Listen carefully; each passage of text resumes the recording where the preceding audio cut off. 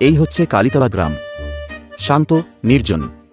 কিন্তু রাত্রে যখন বাতাসে গাছের ডাল দুলে ওঠে তখন শোনা যায় এক অদ্ভুত আওয়াজ। লোকজন বলে ওটা চিড়ের ভূত। শুনে রাখিস, রাত্রিরে কেউ চিড়ে খেতে বসবি না, ভূত এসে টেনে নিয়ে যাবে রে। ওফ ঠাকুমা, সত্যি ভূত আছে নাকি? ঠাকুমার যদি গল্প সত্যি শুনে মনে আসে ভয় আর তাহলে আজ কৌতূহল রাতে আমি দুটোই ধরবো। জমে উঠল। সবাই দেখবে আমি ভয় পাই না। রাত বাড়ে, বাতাসে হালকা কুয়াশা। চিড়, গুড় আর কলা রেখে দিলাম, এবার আসুক দেখি ভূত। এই হারি, ভয় পাস না, ভূত এলে আমি লাঠি মারব। তুই লাঠি মারবি আর আমি ভূতের সামনে দাঁড়াবো। তুই মজা নিচ্ছিস?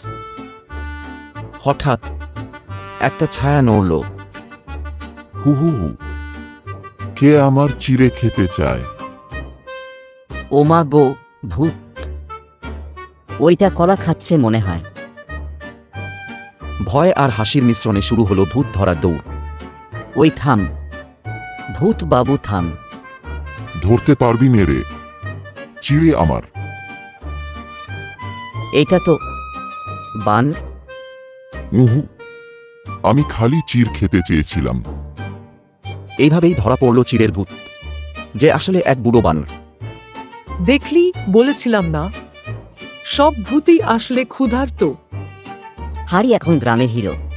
ভূত ধরেছে, বানরের ভূত। ভয় কেটে গেল, হাসি ছড়িয়ে পড়ল সবার মুখে। ভয় অনেক সময় কল্পনা থেকেই জন্ম নেয়, আর বুঝে নিলে ভয়ও হাসিতে বদলে যায়।